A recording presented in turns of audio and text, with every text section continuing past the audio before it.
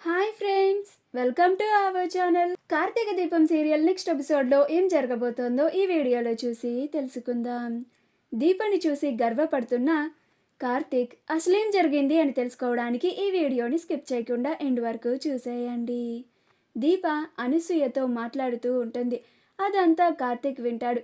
అలా కార్తీక్ దీప మాట్లాడడం అయిపోయిన తర్వాత అక్కడికి వెళ్ళి, ఏంటనసూయ గారు, ఇప్పుడు దీపని ఎందుకు రెచ్చగొట్టారు అని అంటాడు.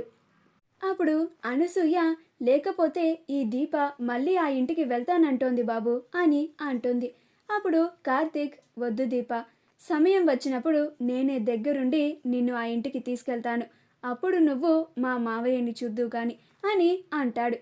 అప్పుడు దీప, అలాగే కార్తీక్ బాబు, మీరు చెప్పారు కదా, వెళ్ళను అని అంటుంది. అప్పుడు కార్తీక్, సరే మీరిద్దరు లోపలికి వెళ్ళండి అని అంటాడు.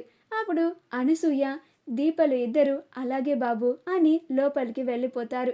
కార్తీక్, దీప, అనసూయలు ఇద్దరు వెళ్ళిపోయిన తరువాత, నువ్వు ఎంత మంచిదానివి దీప, వాళ్ళు నీకు ఎంత అపాయం తలపెట్టాలని చూసినా కానీ నువ్వు ఇంకా వాళ్ళ మంచినే కోరుకుంటున్నావు.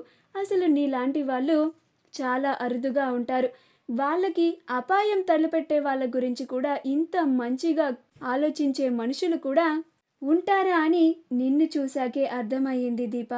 ఆ జ్యోత్స్న నీ భర్తని నీకు దూరం చేయాలని చూసింది, నీ కూతుర్ని కూడా నీకు దూరం చేయాలని చూసింది, నీ కూతుర్ని చంపేస్తానని కూడా నిన్ను బెదిరించింది.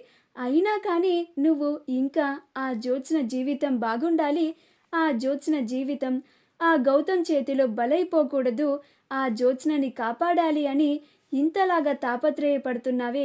ఇంత మంచి మనసు నీకు మాత్రమే ఉంటుంది దీప. మా అత్త ఆ జ్యోత్స్న రెచ్చగొట్టడం వల్ల నిన్ను అనరాని మాటలన్నీ అంటోంది, నీ మీద ఎన్నో నిందలు వేస్తోంది. నువ్వింత మంచిదానివని తెలిస్తే మా అత్త నిన్ను అన్న ప్రతి మాటకి చాలా బాధపడుతుంది దీప అని అనుకుంటూ ఉంటాడు. మా నాన్న కారణంగా దూరమైన మా రెండు కుటుంబాలు మళ్ళీ జ్యోత్స్నని నేను పెళ్లి చేసుకోవాలి అని రెండు దగ్గరయ్యాయి.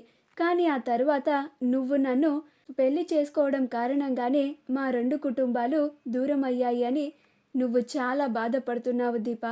కానీ అతి తొందరలోనే మా రెండు కుటుంబాలు కూడా నువ్వు అనుకున్నట్లుగానే దగ్గరవుతాయి. ఆ దేవుడు ఖచ్చితంగా ఈ రెండు కుటుంబాలని దగ్గర చేస్తాడు. అలాగే నువ్వు అమ్మలాగా భావిస్తున్న మా అత్త కూడా నిన్ను మళ్ళీ కూతురిలాగా అనుకుంటుంది, ప్రేమగా చేరదీస్తుంది, నీతో ప్రేమగా మాట్లాడుతుంది. ఈ రోజులన్నీ అతి త్వరలోనే రాబోతున్నాయని నాకు అనిపిస్తోంది దీప. నిన్ను చూస్తూ ఉంటే నాకు చాలా గర్వంగా ఉంది దీప. నీలాంటి మంచి మనిషిని నాకు భార్యగా ఇచ్చినందుకు నేను ఆ దేవుడికి ఎప్పటికీ రుణపడిపోయి ఉంటాను అని అనుకుంటూ ఉంటాడు. అలానే శౌర్య లాంటి మంచి కూతుర్ని నాకు ఇచ్చినందుకు నేను ఆ దేవుడికి ఎన్నిసార్లు కృతజ్ఞత చెప్పుకున్నా సరిపోదు అని అనుకుంటూ ఉంటాడు. అందరూ బాగుండాలి అని కోరుకునే నీకు ఎలాంటి కష్టాన్ని రానివ్వను దీప. నువ్వు ఎప్పుడు సంతోషంగానే ఉండాలి. నీ కళ్ళ నుండి నీళ్ళొస్తే నేను చూడలేను, నువ్వు బాధపడుతూ ఉంటే నేను అసలు తట్టుకోలేను దీప అని అనుకుంటూ ఉంటాడు. అప్పుడే అక్కడికి కాంచన వచ్చి, ఏంట్రా కార్తీక్, దేని గురించి ఆలోచిస్తున్నావు అని అంటుంది. అప్పుడు కార్తీక్, ఇంకెవరి గురించమ్మా, దీప గురించే ఆలోచిస్తున్నాను అని అంటాడు. నిజంగా దీప లాంటి భార్య నాకు దొరకడం నా అదృష్టమమ్మా అని అంటాడు. అప్పుడు కాంచన కూడా, అవునురా కార్తీక్, దీప లాంటి కోడలు రావడం కూడా నా అదృష్టం అని అంటుంది. మా వీడియో కనుక మీకు నచ్చినట్లయితే లైక్ చేయండి, షేర్ చేయండి, మా ఛానల్ని సబ్స్క్రైబ్ చేసుకోండి, పక్కనే ఉన్న బెల్ ఐకాన్ని క్లిక్ చేయడం మాత్రం మర్చిపోకండి.